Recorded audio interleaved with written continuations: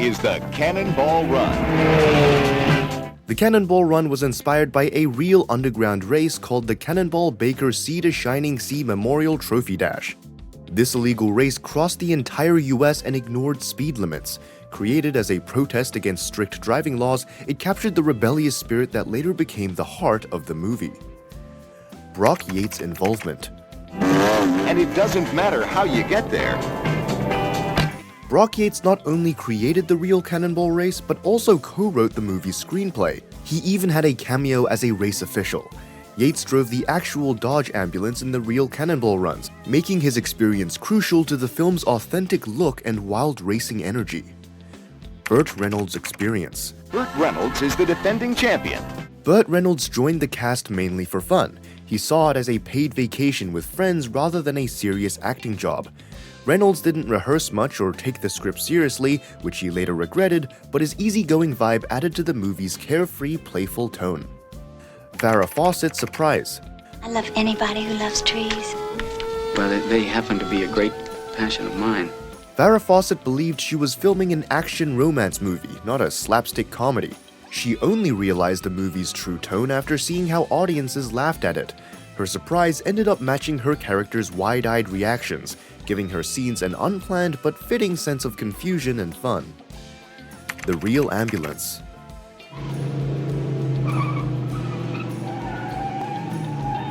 The Dodge ambulance used in the Cannonball Run wasn't just a prop, it was the same vehicle driven in the real-life Cannonball race by Brock Yates and his team. This touch of authenticity helped blur the line between the real race and its Hollywood version. Sammy Davis Jr.'s casting. You want to talk or you want to bet? Sammy Davis Jr. wasn't the original choice for the role of Fenderbaum. Don Rickles dropped out at the last minute, and Sammy stepped in, bringing his own cool style and humor. His unexpected casting gave the character a unique personality that stood out among the huge star-filled lineup. On chaos set and improvisation. I warned you not to interfere in my affairs. Stephen, put away Seymour, excuse me. The production was famously loose. Scenes were rewritten on the spot, actors often arrived without rehearsing, and jokes were improvised. The cast and crew treated filming more like a party than a job, which made the movie's energy feel spontaneous and fun, even if it drove the director crazy. Dean Martin and Sammy Davis Jr.'s off-script antics. God is our co-pilot? Huh? Remember our car? Yeah?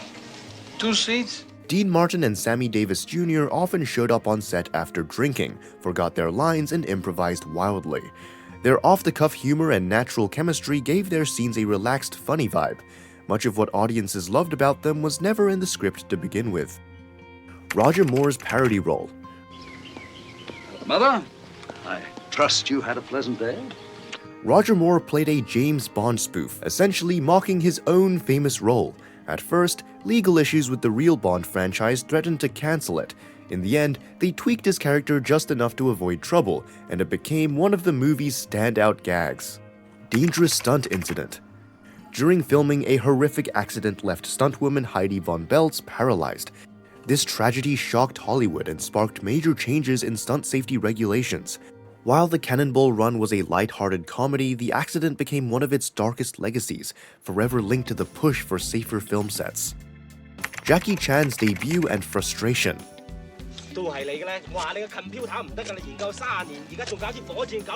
Jackie Chan appeared in one of his first US movie roles, wowing audiences with his martial arts skills.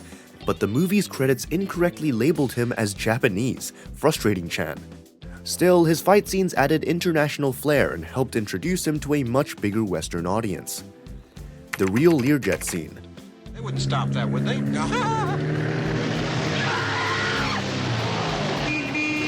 The movie's scene featuring a Learjet landing dangerously low wasn't done with special effects, it was real. The crew filmed it without proper permits, leading to an investigation. This daring stunt added genuine tension and authenticity, showing just how far the filmmakers went to capture outrageous action. Unexpected police pursuit. What do you do when you've done it all? When filming a fake police chase scene in Las Vegas, real cops mistook it for an actual crime in progress. They joined the chase, thinking it was real. This unexpected twist caused chaos on set, but also added an authentic edge to the scene once they realized it was a movie. Dom DeLuise's laughing fits. JJ. Dom DeLuise constantly broke character during filming, laughing so hard he ruined takes. Instead of cutting these moments, the director left many of them in. His uncontrollable giggles gave his character extra charm, making him one of the most memorable and funniest parts of the Cannonball Run. The Ferrari Easter egg. There's a small Easter egg in the movie. Roy Tatum appears as a cop who looks just like Reynolds. It's a blink-and-you-miss-it joke, but for fans who notice, it's a funny inside nod to the behind-the-scenes world of stunts and doubles. Director's personal car as a prop. Director Hal Needham lent his own Ferrari for some driving scenes. It wasn't insured or backed up by a second car, so every stunt was a huge gamble. This personal touch showed how much Needham wanted the movie to look authentic and stylish, even at great personal risk. Early sequel decision. Before the first movie even wrapped, studio executives were so confident in its success that they greenlit a sequel mid-production. Positive test screenings convinced audiences would love it. This move was rare at the time and showed how much faith the studio had in the movie's formula. The forgotten third film. Many people don't realize there's a third movie in the series called Speed Zone, 1989. It didn't feature the original cast and lacked the wild magic of the first two. As a result, it failed at the box office and quickly faded from public memory. Cultural impact. What started as a real illegal street ring? The movie's mix of fast cars, wild characters, and cross-country racing helped inspire arcade racing games like Outrun. Its rebellious, high-speed energy carried over into gaming culture, influencing how developers imagined road trips, car chases, and exotic race locations in games throughout the 80s and beyond. The movie's huge ensemble cast. The film gathered one of the biggest comedy casts of the era, including Burt Reynolds, Farrah Fawcett, Dean Martin, and Jackie Chan. This all-star lineup was a huge draw for audiences. Many joined just to hang out with friends, making the set feel more like a party than a workplace. Cameos hidden throughout. Alongside the main stars, the Cannonball Run hid several cameos from stunt drivers, crew members, and even Hal Needham himself. These small appearances gave the movie a family feel, showing just how much the cast and crew embraced the chaos and fun spirit of the production.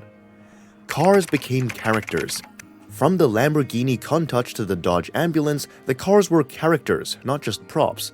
Each vehicle matched the driver's personality, helping the audience remember who was who in the crowded cast. This clever pairing made the movie feel like a rolling circus of styles and egos. A loose script allowed surprises. The script acted more as an outline than a fixed plan. With so many comedians on set, new jokes and moments popped up daily. This flexibility gave the movie a raw, unpredictable energy. One reason it still feels fresh and spontaneous decades after its release. Setting the tone for car comedies. The Cannonball Run influenced countless car-based comedies and reality shows. Its mix of real-life racing routes, slapstick humor, and dangerous stunts created a formula that many later movies tried to copy but rarely matched. It showed how wild road trip movies could be when the brakes were completely off. The Cannonball Run isn't just another car movie. It's a wild piece of film history. From real-life races to on-set chaos, it broke all the rules and became a cult classic. Even decades later, it's still fun, fast, and unforgettable.